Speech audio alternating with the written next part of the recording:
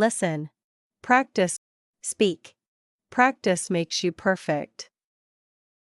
Hello and welcome to the Business English Podcast. I'm James Anderson, and today we're going to focus on a crucial skill for anyone in the business world: effective participation in meetings. Meetings are where important decisions are made, ideas are exchanged, and relationships are built. But they can also be intimidating, especially if you're not confident in your English skills.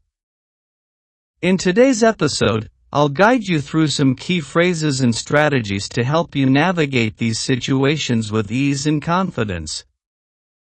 Let's start with one of the most common situations you'll encounter in a meeting: expressing your opinion. It's important to do this clearly and assertively, but also politely. Here are a few phrases you can use. In my opinion, we should consider. I believe that. From my perspective.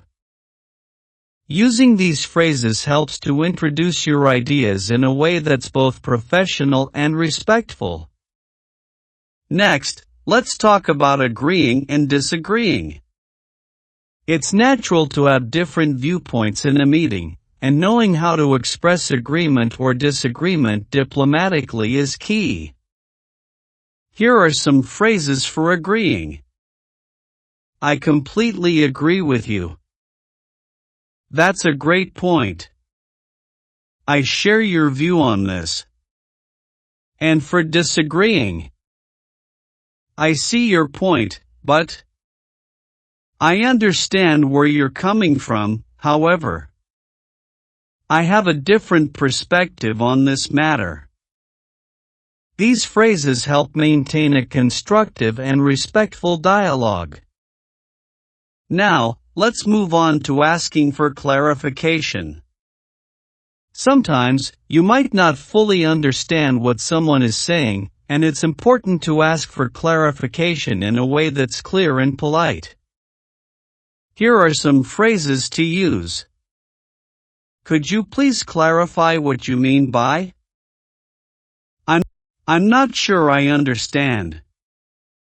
Can you explain that in more detail? Can you provide an example of what you're referring to? These questions can help ensure you fully grasp the discussion and contribute more effectively. Finally, let's cover how to summarize and wrap up your points. Summarizing helps to reinforce key ideas and ensure everyone is on the same page. Use these phrases. To summarize, we've decided to. In conclusion, the main points are. So, to wrap up, we agreed on. Before we wrap up, I want to take a moment to highlight some additional resources that can enhance your business English skills. In the show notes for today's episode, you'll find links to useful articles, online courses, and practice exercises. These resources are designed to help you reinforce what we discussed today and offer you more opportunities to practice. Additionally, if you're looking for more interactive ways to improve your business English, consider joining online forums or groups where you can practice with peers. Engaging in real conversations and receiving feedback can be incredibly valuable. I recommend checking out platforms like LinkedIn groups or specialized business English forums. We also have a range of other episodes coming up, where we'll dive into various aspects of business communication, from writing effective emails to mastering negotiation techniques. Be sure to subscribe to the podcast so you don't miss any of these valuable topics. If you enjoyed this episode, I'd really appreciate it if you could take a moment to leave a review on your favorite podcast platform. Your feedback not only helps us improve but also helps other listeners find the podcast and benefit from it. I'm, al- I'm also keen to hear from you directly. Do you have any specific topics you'd like us to cover? Are there particular challenges you face in business communication? Feel free to reach out through our social media channels or drop us an email. Your suggestions and questions will help us tailor future episodes to better meet your needs. For more regular updates and business English tips, follow us on social media. We're active on list social media platforms, where we share additional content, practical tips, and interact with our listeners. It's a great way to stay connected and continue learning even between episodes. Thank you for joining me on the Business English Podcast. I'm James Anderson, and I'm excited to continue this journey with you. Remember, improving your business English is a step-by-step process, and every conversation is an opportunity to practice. Stay confident, keep practicing, and I'll see you in the next episode. Hello and welcome to the Business English Podcast. I'm James Anderson, and today we're diving into a crucial aspect of professional communication: writing effective business emails. Email is one of the most common forms of communication in the business world, and mastering it can make a big difference in how your messages are received and acted upon. Whether you're crafting a formal proposal, requesting information, or simply following up on a conversation, the way you write your email can impact your professionalism and effectiveness. Let's start by breaking down the structure of a well-written business email. A clear, organized email not only conveys your message more effectively but also reflects your attention to detail and professionalism. 1. Subject line. The subject line is the first thing your recipient sees, so it's important to make it clear and informative. A good subject line should be concise and give the recipient a good idea of what the email is about. For example, request for meeting on Q3 project review. Follow up on budget proposal. Action required, updated project timeline. Avoid vague or overly broad subject lines like important information or hello. These don't provide enough detail and may cause your email to be ignored or misplaced. 2. Greeting. Start your email with a polite and appropriate greeting. The level of formality will depend on your relationship with the recipient.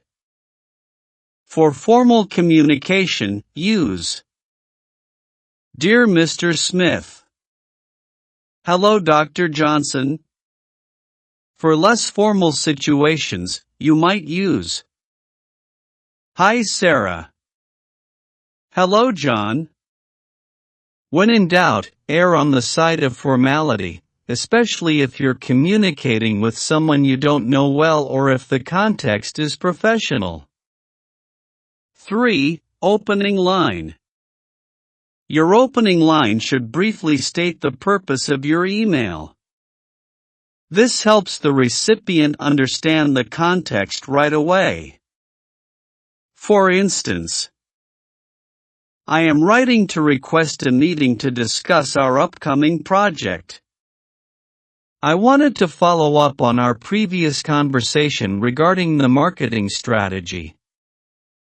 Being clear and direct in your opening line sets a professional tone and helps ensure that your message is understood. 4. Main content.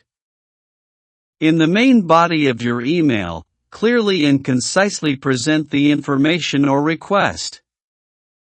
Use short paragraphs and bullet points if necessary to make your email easy to read. Here's how you might structure it. State the main point. As discussed in our last meeting, we need to finalize the project timeline. Provide details. Attached, you will find the updated timeline with key milestones. Make a request or call to action. Please review the document and provide your feedback by Friday. Ensure that your message is well organized and that you avoid unnecessary jargon or complex language. The goal is to be clear and straightforward. 5. Closing.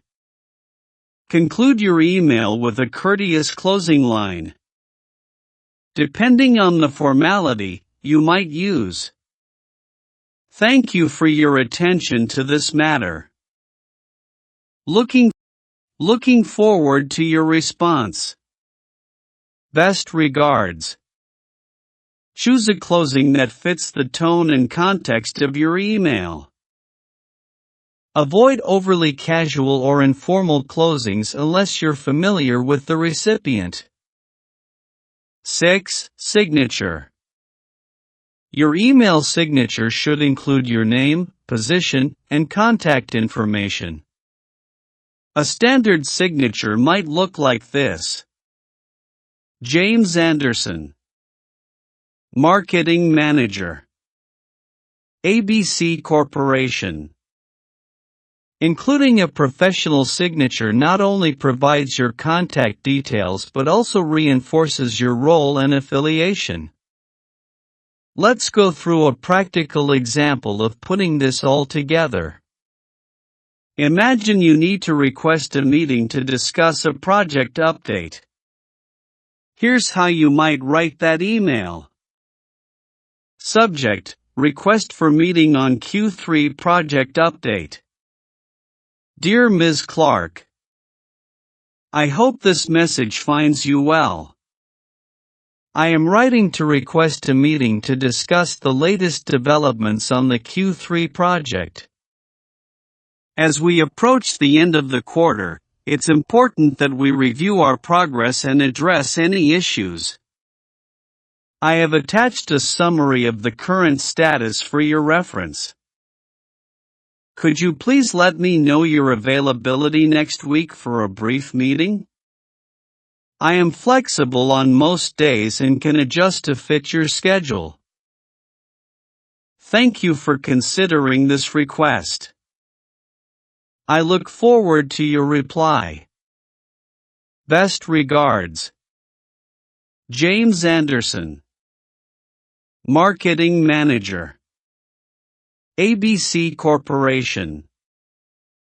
Hello and welcome to the Business English Podcast. I'm James Anderson, and today we're going to explore the art of business communication through a story that highlights the importance of clarity, professionalism, and effective messaging.